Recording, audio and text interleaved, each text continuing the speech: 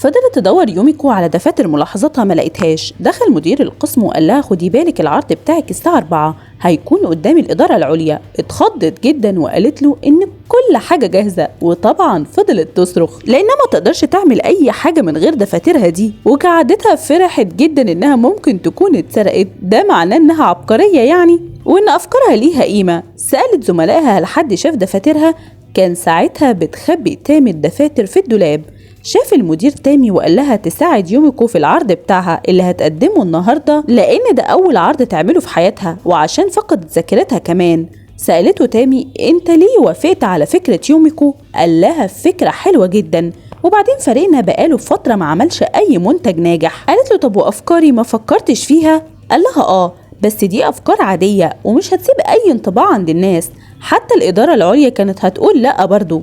زعلت تامي جدا وهي راجعة لشغلها. سمعت يوميكو بتسأل على الدفاتر اللي ضاعت منها، فقالوا لها لو ال10 كلهم مختفيين يبقى أكيد في حد خدهم. فقال لهم زميلهم أيا كان اللي عمل كده أنا ما احبش أتعامل معاه أبدا.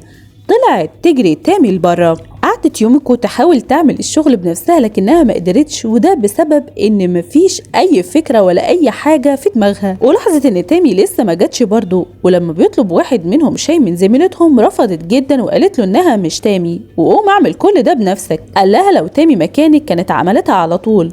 فضل يسأل عليها المدير وكل الموجودين علشان تساعدهم، وده بيدل على انها كانت على طول بتقول حاضر للجميع وقد ايه وجودها مهم. سألت يوميكو المدير على تامي فقال انه شافها الصبح وقال لها ان افكارها عادية. قلقت يوميكو جدا على تامي فقررت تطلع تجري وتدور على تامي في كل مكان لحد ما لقيتها اخيرا. كانت قاعدة في الحديقة اللي قدام الشغل وماسكة شنطة في ايديها. قالت لها ان الكل بيبحثوا عنها. سألتها تامي لو هي جاية توبخها على هي عملته، فما فهمتش يوميكو ايه السبب بالظبط، فوقعت الدفاتر على الارض. فشكرتها يوميكو على انها لقيتها لها. قالت لها انا اللي خدتها، وده بسبب انها حست انها مهما حاولت تشتغل بجد او حتى تذاكر ما بتاخدش اللي هي عايزاه، وانها كانت مبسوطة برضو لان يوميكو كمان ما كانش حد بيقبل افكارها زيها، وهي كل اللي بتعمله انها بتقبل اي عمل مجهد علشان تحس بقيمتها وسط الجميع مهما اي حد يديلها عمل مجهد بيكلفها بيه. ادت لها دفاترها واتأسفت لها على اللي عملته معاها وانها مش هتقدر ترجع للشغل دلوقتي. شدتها يوميكو من ايديها وقالت لها انها مش هتقدر تعمل اي حاجة من غيرها ولازم يرجعوا سوا وتنسى موضوع الدفاتر ده اصلا، وانها الوحيدة اللي ساعدتها لما فقدت ذاكرتها، وانها شاطرة جدا مهما اي حد انكر ده، وان افكارها جميلة فعلا بس لازم تكون معاها عملها الجاد. وفرحت تامي بكلامها جدا ورجعوا سوا العمل وبدأوا يشتغلوا سوا، وبدأت تذاكر يوميكو للعرض اللي هتقدمه، واخيرا جهزوا الاوراق والمكان اللي هيتم فيه العرض. بعدها وصل المسؤولين من الاداره العليا. فجاه بيدخل المكان نفس الولد اللي قابلته في الحديقه. قالت لها تامي انه نائب الرئيس واللي وراه ده الرئيس نفسه.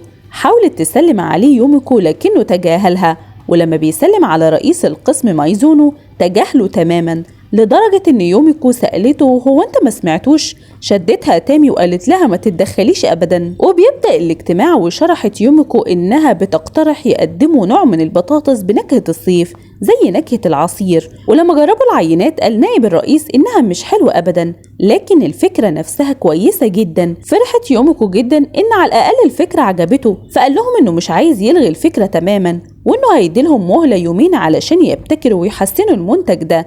بتقعد يوميكو مع تامي في مطعم بعد يوم العمل الطويل والمرهق ده. عرفت يوميكو من تامي ان نائب رئيس الشركة ده صعب جدا، ولما سألتها يوميكو ليه رئيس القسم ما سلمش على نائب الرئيس، قالت لها تامي ان نائب الرئيس كان موظف عادي جدا في قسم التخطيط، وكان هو والمدير مايزونو اصدقاء.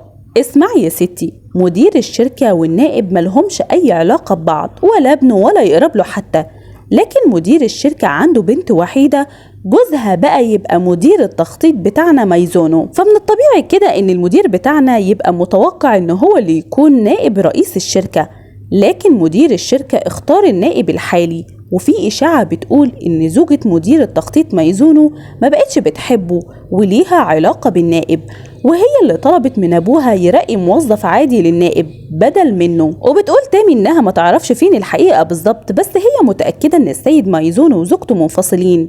قالت يوميكو لنفسها يستحيل يكون الولد ده يعمل كده أو يكون متورط في حاجة زي كده.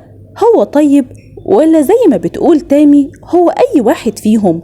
لكن على أي حال قررت تامي ويوميكو إنهم يبذلوا كل ما في وسعهم علشان يطلعوا منتج طعمه حلو. تاني يوم بتعدي يوميكو على الحديقة علشان تواجهه وتسأله على الحقيقة، لكنها للأسف مش بتلاقيه. لكن المفاجأة إنه طلع من القسم بتاعها، واتفاجئوا كل زملائها وقالوا لها إن نائب المدير سايب لها مشروب هنا نفس طعم البطاطس اللي هي عايزة تعملها. ولما وقع على الأرض بالفعل جت لها من هنا الفكرة، وخدت تامي لمكان تحضير الأطعم وفضلوا طول اليوم يحضروا في نفس طعم المشروب للبطاطس، وأخيرا أصبح المنتج جاهز. ولما حضرت الإدارة العليا للاجتماع أعجب جدا النائب بالنكهة واعتمد الفكرة، وفرحت تامي ويوميكو جدا. طلعت تجري يوميكو على النائب وسألته ممكن أسألك أنت مين بالظبط؟